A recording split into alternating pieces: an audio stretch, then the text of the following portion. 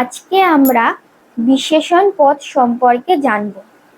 তো প্রথমে জেনে নিই বিশেষণ পদ কাকে বলে। যে পদ দ্বারা বিশেষ্য পদের দোষ, গুণ, পরিমাণ, সংখ্যা, অবস্থা প্রভৃতি বোঝায় তাকে বিশেষণ পদ বলে। তাহলে কোনো বাক্য থাকলে সেই বাক্যের মধ্যে বিশেষ্য পদটা বার করে তার দোষ, গুণ, পরিমাণ, সংখ্যা, অবস্থা এটা নির্ণয় করতে পারলেই সেটাই হবে বিশেষণ পদ। তো চলো দেখি এবার কতগুলো সংস্কৃত বাক্য থেকে খুব সহজে বিশেষণ পদ নির্ণয় করা যায় সেটা আমরা দেখি। প্রথম বাক্য,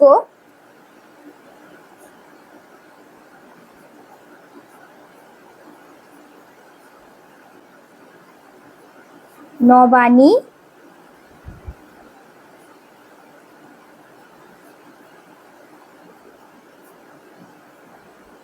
পুস্তকানি। নবানী পুস্তকানি এর মানে কি? নতুন বইগুলো। নবানী পুস্তকানির মানে হলো নতুন বইগুলো। তাহলে আমাকে এখানে বিশেষ্য পদ কোনটা দেখতে পাচ্ছি? পুস্তকানি, বইগুলো, এটা বিশেষ্য পদ। এবার এই বিশেষ্য পদে দোষ, গুণ, অবস্থা, সংখ্যা কোনটা বোঝাচ্ছে সেটা নির্ণয় করতে হবে। এখন আমি যদি বলি যে কেমন বইগুলো, তাহলে উত্তর আসছে নবানী পুস্তকানি মানে নূতন বইগুলো। তাহলে আমরা সহজে দেখতে পাচ্ছি এখানে নবানীটা হচ্ছে বিশেষণ পদ। তাহলে উত্তর হলো নবানী। সেকেন্ড বাক্য, সুন্দরম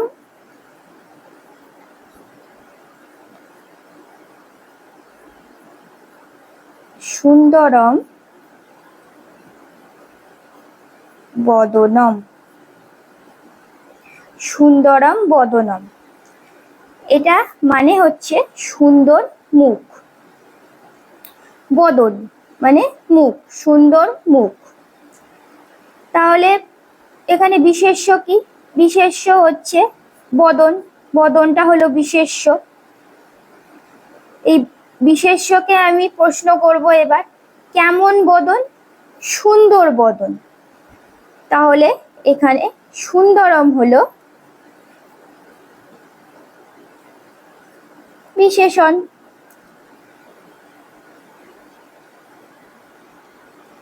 এবার 3 নম্বর বাক্য,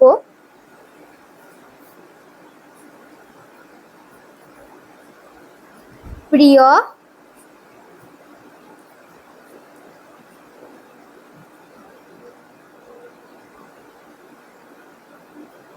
বান্ধব।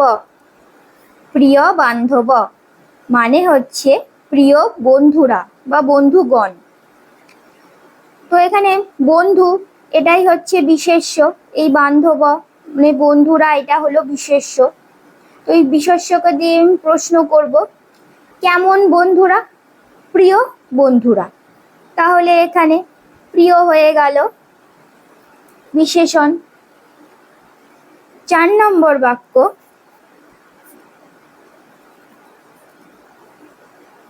যদু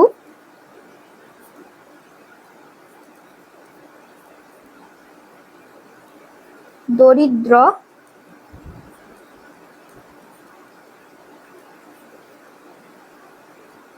বালক। যদু দরিদ্র বালক মানে যদু দরিদ্র বালক। তাহলে এখানে বিশেষ্য কে আসছে? এখানে বিশেষ্য যদু আছে, আবার বালকও আছে। কিন্তু যদু দিয়ে যদি প্রশ্ন করি তাহলে তো এই বিশেষ্যকে প্রশ্ন করে উত্তর পাচ্ছি না, কিন্তু এই বালককে দিয়ে যদি প্রশ্ন করি তাহলে উত্তর পাবো। কেমন বালক? দরিদ্র বালক। এখানে বিশেষ্য দুটো আছে, কিন্তু যদু দিয়ে প্রশ্ন করে কোনো উত্তর পাওয়া যাচ্ছে না, কিন্তু বালক দিয়ে প্রশ্ন করে উত্তর পাচ্ছি। কেমন বালক? দরিদ্র বালক। তাই দরিদ্র হলো বিশেষণ। 5 নম্বর,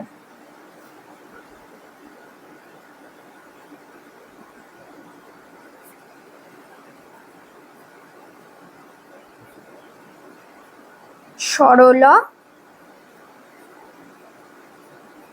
বালক। সরল বালক মানে সরল বালক, সরল সাদাসিধে ছেলে, সেই সরল বালক। তাহলে বালকটা হচ্ছে বিশেষ্য। প্রশ্ন করি কেমন বালক, তাহলে উত্তর কি আসবে? সরল বালক। তাহলে হয়ে যাবে সরল, সরল হয়ে যাবে বিশেষণ। এতক্ষণ আমরা বিশেষ্য পদকে কেমন দিয়ে প্রশ্ন করে বিশেষণ পদ চিহ্নিত করেছি।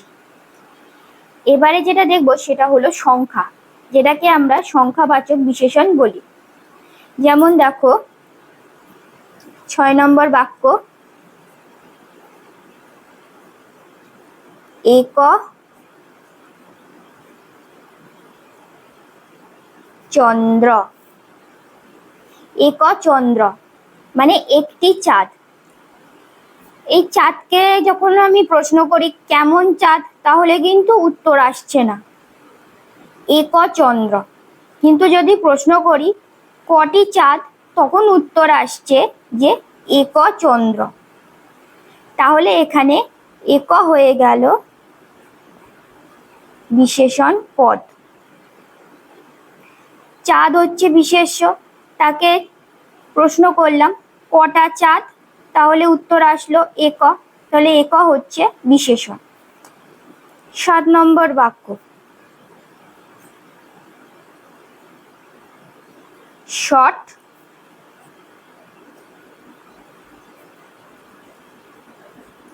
ঋতব মানে 6টা ঋতু। ষট ঋতব মানে 6টা ঋতু। কেমন ঋতু, উত্তর আসছে না। কিন্তু যদি করি কটা ঋতু, তাহলে উত্তর আসছে ষট ঋতব মানে 6টা ঋতু। তাহলে ষট হয়ে যাবে বিশেষণ। 8 নম্বর বাক্য,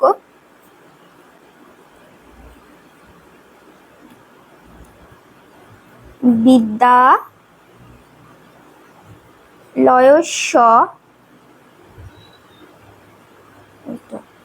বিদ্যালয়স্য শতম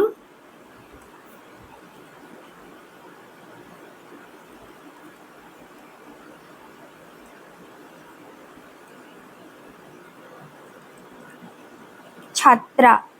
বিদ্যালয়স্য শতম ছাত্রা তার মানে হচ্ছে বিদ্যালয়ে 100 ছাত্র আছে, যেটা বোঝাচ্ছে। তাহলে কেমন ছাত্র, ছাত্রটা হচ্ছে এখানে, ছাত্ররা হলো বিশেষণ। কেমন ছাত্র আসছে না। কিন্তু যদি বলি যে কটি ছাত্র, তখন উত্তর আসছে শতম মানে 100 জন। তাহলে শতম হয়ে গেল বিশেষণ। আর লাস্ট বাক্য হচ্ছে 9 নম্বর বাক্য, দৌ দয় বয় ঔকার, দৌ মৃগৌ। দৌ মৃগৌ মানে হচ্ছে দুটো হরিণ। দৌ মৃগৌ মানে দুটো হরিণ। হরিণ হচ্ছে এখানে বিশেষ্য। কিন্তু কেমন হরিণ বলে তো উত্তর পাচ্ছি না, কিন্তু কটা হরিণ, তাহলে আসছে উত্তর দৌ। তাহলে দৌ হয়ে গেল বিশেষণ। বন্ধুরা তোমরা একটা জিনিস খেয়াল করো, যে এখানে আমি উদাহরণগুলো যখন লিখলাম এক চন্দ্র, ষট ঋতব, আমি তো এমনও লিখতে পারতাম একম চন্দ্র, শতম ঋতব, শতা ছাত্রা, এরকম লিখতে পারতাম। কিন্তু কেন লিখলাম না, তার জন্য সবার প্রথমে তোমাদেরকে একটা শ্লোক জানতে হবে। সেই শ্লোকটা হচ্ছে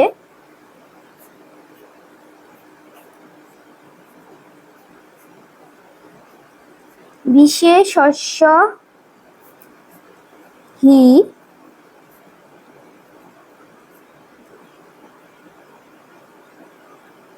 জল্লিঙ্গং বিশেষস্য হি জনলিঙ্গং বিভক্তি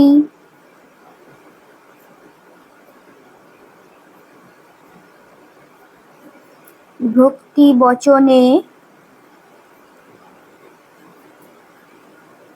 চ যে বিশেষস্য হি জনলিঙ্গং বিভক্তি বচনে চ যে তানি সর্বাণি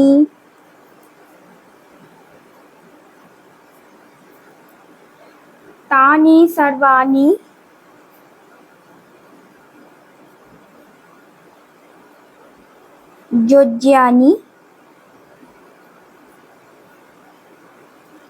বিশেষণ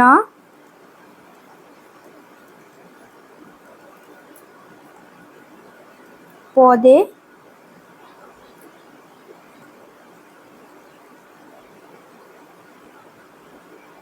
সপি। তাহলে শ্লোকটা কি হলো? বিশেষস্য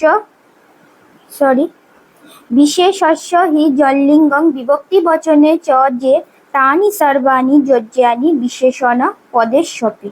এর মানে হচ্ছে বিশেষ্য পদের যে লিঙ্গ, যে বিভক্তি আর যে বচন হবে, বিশেষণ পদেরও ঠিক সেই লিঙ্গ, সেই বিভক্তি ও সেই বচন হবে। সেই জন্য এখানে উদাহরণ দেখো, চন্দ্র। চন্দ্রতে কি আছে? এটা হচ্ছে পুংলিঙ্গ আছে, আর এটা এক বচন আছে। পুংলিঙ্গ এক বচন প্রথমা বিভক্তি আছে, সেই জন্য এর বিশেষণ যেটা এক, সেটাও ঠিক একই রকম পুংলিঙ্গ প্রথমা বিভক্তি এক বচন হলো। ঋতবটাও ঠিক সেরকম সেম। ঋতব হচ্ছে পুংলিঙ্গ প্রথমা বিভক্তি এক বচন, ঋতবা হচ্ছে বহু বচন। ঋতবা হলো বহু বচন, বহু বচন প্রথমা বিভক্তি বহু বচন। শটও ঠিক সেরকমই প্রথমা বিভক্তি বহু বচন হয়েছে।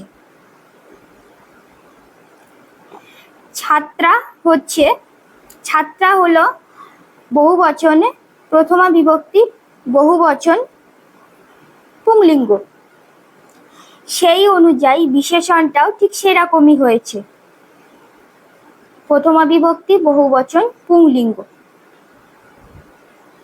তো বন্ধুরা, এটাই হচ্ছে বিশেষণ পদ, এত সহজে এইভাবে বার করা যায়। তোমাদের যদি ভিডিওটা ভালো লেগে থাকে তাহলে লাইক করে দিও, আর কমেন্ট বক্সে তোমরা তোমাদের মতামত জানিও। আর পরবর্তী ভিডিও তোমাদের কাছে খুব তাড়াতাড়ি আসবে। ততক্ষণ পর্যন্ত তোমরা সবাই ভালো থেকো। Thank you.